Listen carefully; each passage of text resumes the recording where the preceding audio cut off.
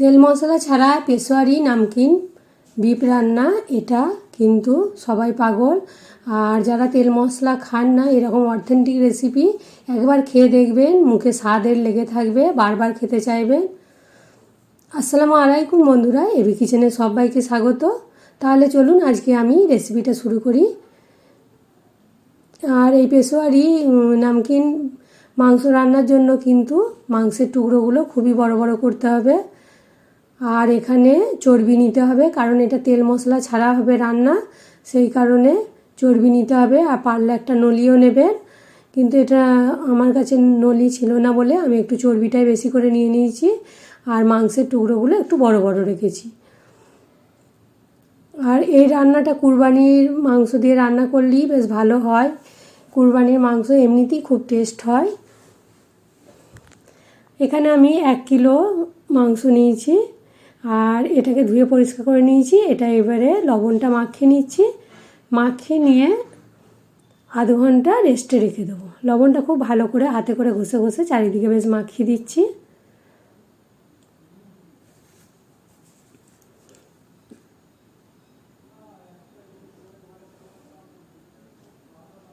এই গোশ যারা তেল মশলা খায় না, এইভাবে রান্না করে একবার দেখবেন, মুখে লেগে থাকবে।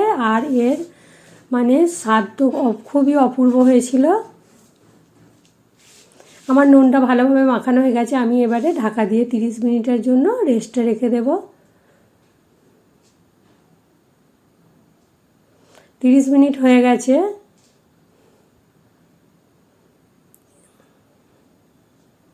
এই রান্নায় কিন্তু মশলা কিছু লাগে না। প্রথমে মাংসগুলোকে দিয়ে দিচ্ছি।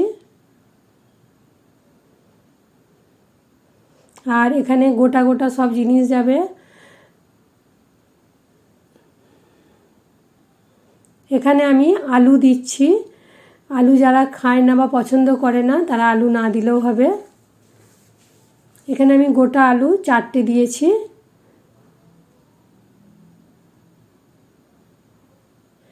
আর গোটা পেঁয়াজ দিচ্ছি, সবই কিন্তু গোটা গোটা দেব।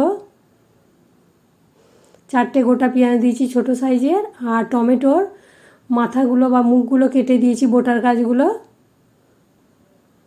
3টে গোটা টমেটো দিয়েছি, সেটাও ছোটো সাইজের।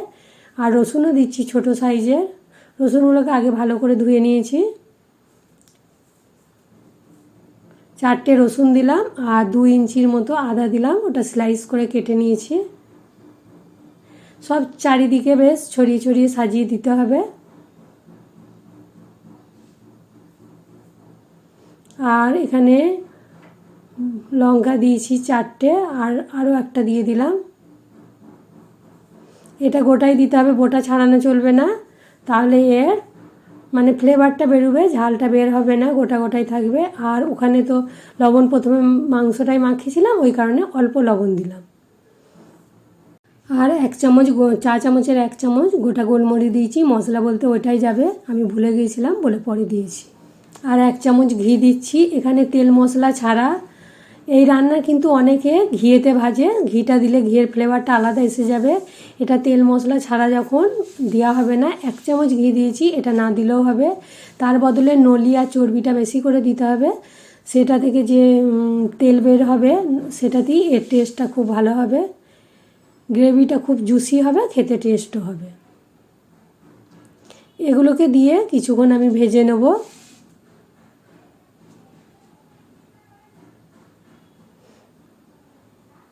গ্যাসের ফ্লেমটা কিন্তু লো থাকবে।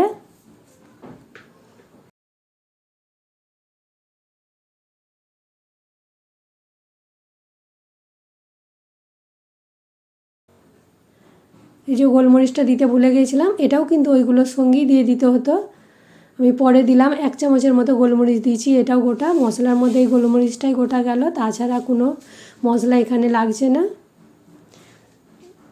এগুলোকে দিয়ে ভেজে নিয়ে আমি এখানে এটা আমি কুকারে দেবো, কারণ কুকারে 2টো সিটি দিলেই সিদ্ধ হয়ে যাবে। নাহলে এটা গ্যাসের লো ফ্লেমে 2.5 ঘন্টা থেকে 3 ঘন্টা টাইম লাগবে সিদ্ধ হতে। আর যদি কেউ কুকারে না রান্না করতে যান, হয়তো গ্রামে করছেন, ধরুন কাঠের চুলা আছে আর আছে, তাহলে তো খুব ভালো হবে। আর আমি এখানে গ্যাসে করছি বলে অত 2.5 ঘন্টা ধরে সময় নিয়ে করলাম না, কুকারেতে দিয়ে দেব। আর এখানে আমি ফুটানো পানি দেবো।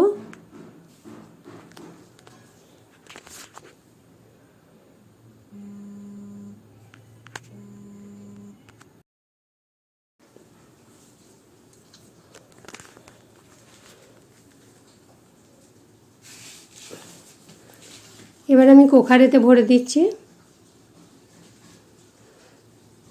আর একদিকে ওইদিকে ফুটানো পানি দিয়ে ফুটতে দিয়েছি, ফুটে গেছে পানিটা, ওটাও এর সঙ্গে দিয়ে দেব।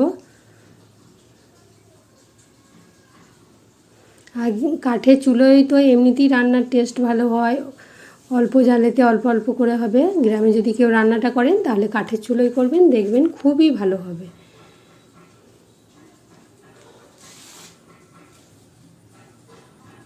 কুকারে আমি সবটা ভরে দিলাম। এবারে ওইদিকে আমি পানি ফুটতে দিয়েছি,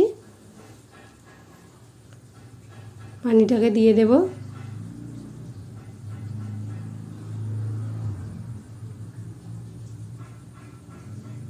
এটা কিন্তু কড়াইয়ে করলে পানিটা অনেকটা পরিমাণ 1 লিটারের মতো বা 1.5 লিটারের মতো পানিটা লাগতো। এখানে আমি কুকারে করছি বলে পানিটা বেশি দিইনি। ওই মাংসের টুকরো, আলু এগুলো ডুবো মতো হয়েছে, সেইটাই দিয়েছি। 1 লিটার পানিটা পুরো লাগেনি। ওখানে আমি 2টো সিটি দিয়েছি, দিয়ে এরই মধ্যে আমার রান্নাটা পুরো হয়ে গেছে। দিয়ে বন্ধ করে রেখে কড়াইতে আবার আমি ঢেলে নিয়েছি। আর কতটা জুসি, একদম দেখতে দেখুন কতটা লোভনীয় হয়েছে। দেখতে যত সুন্দর হয়েছিল, এর স্বাদ কিন্তু অপূর্ব, মুখে লেগে থাকার মতো হয়েছিল। এটা ঠিক স্যুপ টাইপের হয়েছিল। আর এর জুসিটা বা গ্রেভিটা খুবই খেতে ভালো হয়েছিল। যারা তেল মশলা খায় না তাদের জন্য খুবই ভালো। আর এইভাবে কুরবানি মাংস অনেকটা থাকে আর নলিয়া তো থাকে, একসঙ্গে সব কিছুই পাওয়া যায়। তাহলে এইভাবে রান্না করবেন, দেখবেন খুবই ভালো হবে। আমি কুকার থেকে ঢেলে নেওয়ার পর আরও গ্যাসে লো ফ্লেমে 10 মিনিটের মতো ফুটিয়ে নিয়েছিলাম। আর এমনিতেই কুকারে আমার সিদ্ধটা খুবই সুন্দর হয়ে গিয়েছিল। দেখুন দেখতে যতটা লোভনীয় হয়েছে, টেস্টও হয়েছিল অসাধারণ। এরকম পেশোয়ারি নামকিন গোশ যারা অথেন্টিক খায় তারা একবার এইভাবে বানিয়ে দেখবেন, দেখবেন খেতে এর স্বাদ একদম মুখে লেগে থাকবে। প্রত্যেক বছর কুরবানি আসলে এরকম বানাবেন, বলবেন যে খুব ভালো হয়েছিল। আমি লবণটা চেক করে নিলাম, সবই ঠিকঠাক আছে। এবার আমি গ্যাসটা বন্ধ করে দিয়েছি।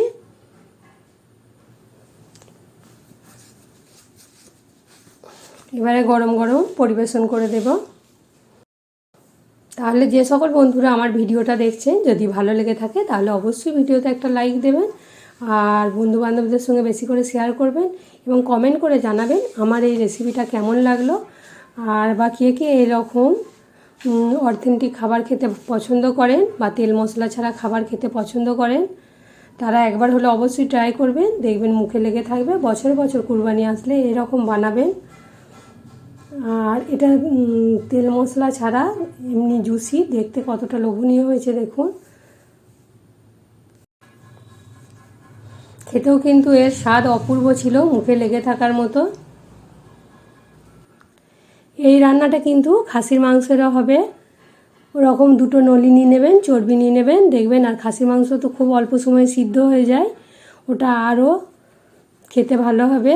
অথেন্টিক এরকম যারা খাবার খেতে পছন্দ করেন একবার হলো এই রেসিপিটা ট্রাই করবেন, দেখবেন খেতে খুবই স্বাদ, মুখে লেগে থাকবে। আজকে এই পর্যন্তই, আবার অন্য রেসিপি নিয়ে হাজির হব। সবাই ভালো থাকবেন, সুস্থ থাকবেন, সাবধানে থাকবেন।